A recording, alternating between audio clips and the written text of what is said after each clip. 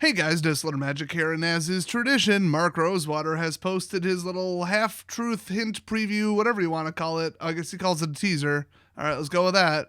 For Kamigawa Neon Dynasty. This should be good considering we've already seen like 15 of the cards. There's actually leaks I haven't even covered yet today. It'll probably be tomorrow. So first up, we've got two different pairings of creature types get tribally connected. I've read that 4 times and I have no idea what he means. I mean, oh, like rat ninjas and human ninjas? Is that what he means? Whatever, moving on.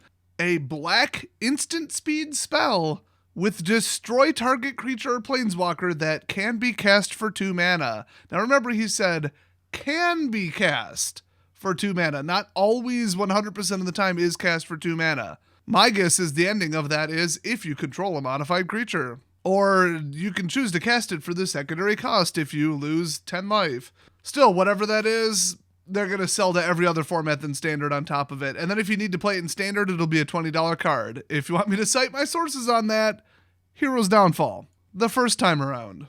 Next up, we've got a popular legendary creature from Champions of Kamigawa block returns in a new form. I was about to say, yeah, I could have told you that knowing nothing about the set, but then I remember there's like a very big amount of years between the last visit and this visit, I guess. But then I thought, well, what about just like the 5 dragons, you know? So that seems too easy. Like it's too obvious unless this set is like so toned down and dull that they got to throw that in to make it sound exciting. I don't know. My guess is they just return as a ghost slash spirit slash skeleton slash zombie slash, you know, who knows. Next up, an unnamed mechanic, okay, that cares about you having 2 different things that Magic has had since its beginning. That could mean absolutely anything. Oh, if you control 1 creature in 1 land, and then they only put it on 3 cards and didn't give it a name. Bit of an eclectic group here. Next up, they're going to finish a 5-card cycle many years in the making, like they do every other set lately. Next up, one of Tamio's children gets a legendary creature card. Let me just add a little part B to that. Tamio has children. Okay. Next up, a new creature token with an ability not seen before on a card. And they threw it on a token. Okay. I don't think it's modified either because that wouldn't really make sense. Then we've got 2 popular cycles from Champions of Kamigawa block return each with a new twist. Oh gee, how unexpected. Next up, a creature that makes a legendary frog creature token. Well, they got a real obsession with frogs lately. I think it started in Strixhaven. There's also 2 new Yamakazes. Well, they're all new to me because I don't know what the heck that is. Also, I'm pretty sure I said Yamazakis incorrectly, but go with that second one I just said. Next up, we got the direct quotes off of cards. First up, we got, you may cast target enchantment card from your graveyard this turn. Now, right off the bat, I already hate that because enchantments are basically tier 1.5 right now. A lot of people in Diamond and Mythic are playing it. It's green-white, and it is insanely difficult to beat. Now they're adding recursion on top of it, and the entire theme, or like one of the major themes, is enchantments in Kamigawa. So that deck is going to go so far over the top, they're probably already going to have to ban it. And now we've got graveyard recursion. But we don't know what the condition is for you may cast target enchantment card from your graveyard this turn. Could be on 10 cards, could be a named mechanic, could be part of the reminder text. We don't know. It could be if you own 0 creatures, you may cast, an enchantment from your graveyard. Who knows? It could be very good, it could be very bad, but if there's one thing I've learned from Mark Rosewater's teaser things, it's that he likes to understate the really broken stuff. Next thing we got, where X is the number of times this ability has resolved this turn. I'm not sure if I should compare that to Storm or Epic or both. Both are very, very hated by the community, reviled by the community.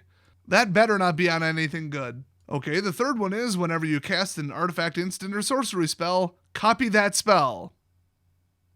F you, Mark. They better ban the turns deck tomorrow, or we're gonna have a problem. Next up, the first activated ability of an artifact you activate each turn costs 2 less to activate. Oh good, robot army, can't wait. Giant mech suits. It's basically an anime at this point. I bet they're putting Affinity in here. This is like the everything everybody hates, Return to Kamigawa, FU edition. You know how they call some projects like a love letter to the fan? This is whatever the opposite would be. That's what it sounds like so far. Bunch of cloning. We're going back to one of the most hated sets, one of the most hated planes. They filled it full of dumb, futuristic sci-fi weeb shit.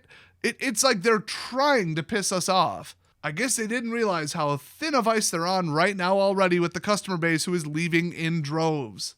Next up, then repeat this process for an enchantment and a planeswalker. That's got to be counter duplication, wouldn't it? I mean, you wouldn't like untap a planeswalker normally. Like, what else would it be? Although they do say repeat the process, which usually means it's like a multi-step thing, or it's complicated enough that they couldn't just write it again. That one has me worried because, like, what would enchantments and planeswalkers have in common? Oh, silly me. They're obviously duplicating it. Hopefully only until end of turn. It's Future Space Japan. Of course they have cloning. Next up, you may sacrifice a permanent that shares a card type with the chosen card. Is that just the second half of that kill spell? Like, if you do, this costs, X less? That would just be like Super Bone Splinters, which I'm pretty sure we have a Super Bone Splinters already, but I don't know. Well, in fact, it costs 1, I think. But next up, we got you may tap any number of untapped creatures you control. Oh, what was that? That was such a nightmare. That was, Convoke. I've seen worse mechanics, but that one wasn't very well balanced. Although I'm jumping to a conclusion about what it would do, but I've been pretty intuitive about these in the past. Next up. Oh, God. Direct quote. The legend rule doesn't apply to permanents you control. End quote. Well, I mean, I've said it before and I'll say it again. F*** you, Mark. Basic tenant, balancing the game. Throw it out the window. I wrote it on a card. Woo! The last time we could clone legendary shit, it was a nightmare. It was a disaster. That card is still played in multiple other formats. Then we've got that ability triggers an additional time. Well, at least it's not all abilities trigger an additional time. Panharmonicon.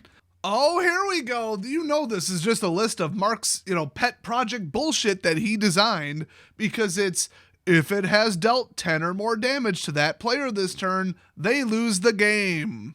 And I bet you that's like the second half of, oh, you can make this happen an additional time, or you can clone this, or, repeat this for every whatever the hell. Look, if you lost 10 life due to one effect, you're probably losing the game anyway, but I hate alternate win conditions. Almost all players universally hate alternate win cons. This is an alternate win con. So right off the bat, I don't care how obscure it is, how hard it is to pull off, I hate it. There should be no other way to win the game than life total and running out of cards. The end. And I hate mill, so you know what? Get rid of that rule too. Thankfully, that's the last one, but Mark is just being an asshole here. Half the shit that he just named is stuff that he knows the community hates. He knows that they were on cards that were banned in the past. He knows this. So he's either trying to scare us, and this is like, oh, it's on a 9-cost spell, and it's got this condition, and actually I lied, it's in the commander deck.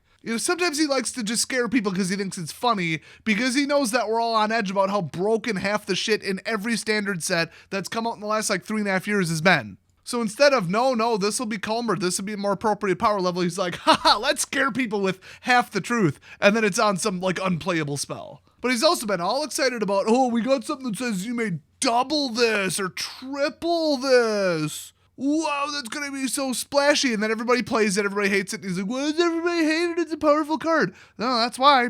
It's too powerful. Doubling has no place in the game mathematically whatsoever. So this is just a list of cloning, and the legendary rule doesn't apply. Cloning, if you considered cloning triggers to be cloning. Alternate win con. Let's see what else. And an overpowered broken kill spell. And a legendary frog. Why would he assemble a list like this unless it's just to antagonize and taunt the player base? What an asshole. So the final part that I guess he puts at the end so that you can just stop reading because nobody gives a shit is, here are some creature type lines in the set. I don't care. It's a bunch of anime weeb shit. Oh, look, the first one is creature fox pilot. Ooh, maybe it's a Star Fox reference instead of anime. No, it's probably just Inuyasha shit. Okay, we got Turtle Ninja, Moonfolk Samurai, Goblin Artificer. Oh, good goblins in the set. Great. Ogre Warrior, Rat Rogue. That's probably the one they were referring to before. Just Egg, because those are usually fair and balanced. Kirin Spirit. Oh, those are cool. I like Kirins. Goblin Samurai, and Snake Druid, which I think has already been leaked. Oh, also that, and I think a couple others are legendary enchantment creatures. Oh boy. Anyway, the debut, which we've already read multiple chapters of the story, seen some side stories, some lore drops, some art drops, a bunch of leaked cards, and some officially spoiled cards, but the debut, in double quotes, is January 27th. Can't wait. I'll mark my calendar.